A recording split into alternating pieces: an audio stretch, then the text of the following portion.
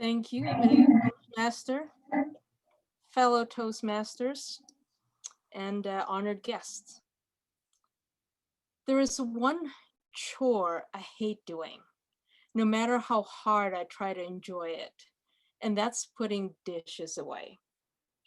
I like doing dishes. I even find hand washing dishes kind of meditative, but putting dishes away, not for me. One day at home, I noticed that our sink was clear, our dishwasher was also clear, um, and that was not because of me. So I talked to my partner and I thanked her for organizing our kitchen. And she said, well, I really don't even notice.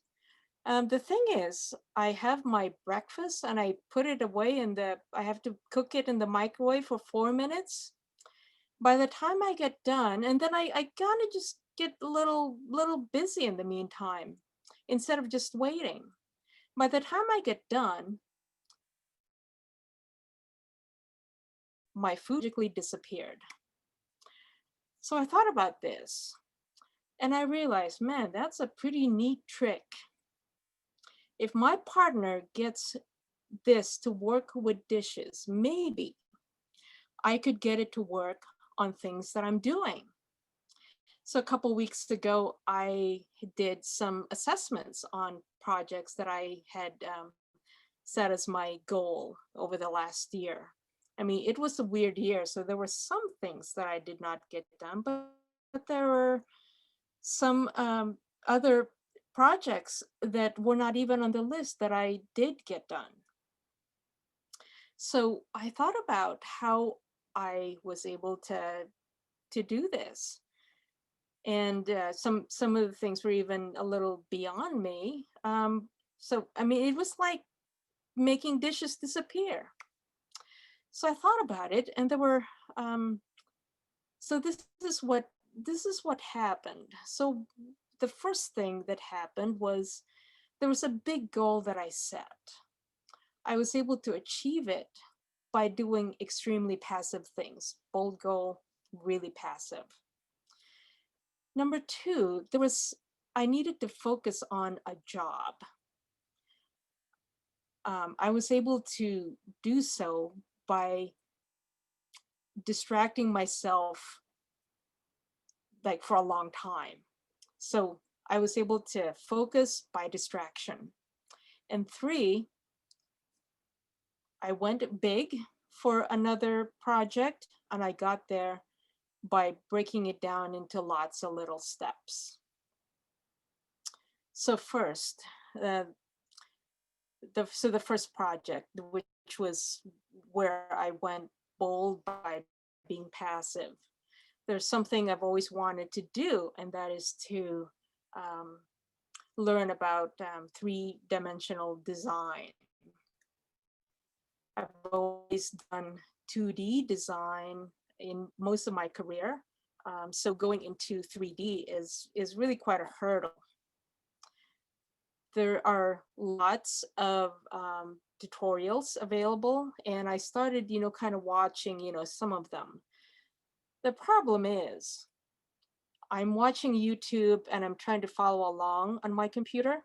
I'm on step one, trying to create a circle. The instructor here on step 10 is already working on a robot that's already dancing. So that just wasn't really working for me. So I almost, kind of gave up until one day I decided, well, I'm just gonna watch these videos and not do anything. So that's what I did. I just watched these videos and I watched them over and over, 2, 3, 5 times, 21 times. I watched them. And finally, one day as I was watching them, I was able to kind of predict what the next step was going to be. And I was able to understand why the instructor did the step that he did. In other words, I was able to understand what was going on, and I did it by being completely passive. So the second thing, I needed to really focus like on a project. I needed to create like these visual textures that I was going to use for designs. And by textures, I mean, you know, like the little nubs on paper, or like watercolor effect, or paint or rust, you know, that I would apply to a design. Well, it was going to be just my own project, and I didn't want to have to spend my weekend, like all weekend, working on my computer. So I went downstairs, turned on the TV, switched to Channel 9 and those trusty cooking shows, and I spent the next 6 hours with my iPad and a painting program, and I watched all sorts of cooking shows. I learned all about cooking from different countries, and I got my textures done. Focus by distraction. And third, it's been my goal to do explainer videos. Explainer videos are things you might have seen on TV. They're often kind of animated. There's a lot of movement in them. And so they're used to maybe explain all the benefits of a product, or you may see them on Facebook, you know, like with the election, they'll explain, you know, how to vote, and you know, and things like that, things that require a little bit more explanation and thought. Well, these are kind of big things, and they're, even though they may be short, but they're kind of hard to do, and they require a lot of planning and a lot of um, a lot of strategy, really. So I, you know, so I was going to, so I didn't have kind of the luxury of maybe doing that, but I was at the same time at work, I was assigned a lot of um, little animated GIFs. Well, so what are animated GIFs? They're like little mini explainer videos. So with each animated GIF that I had to work on, I just tried to include a skill that I could use for the bigger explainer video. And before I knew it, I'd done a lot of animated GIFs, and I had enough of an arsenal of you know, of skills to build up to do the explainer video.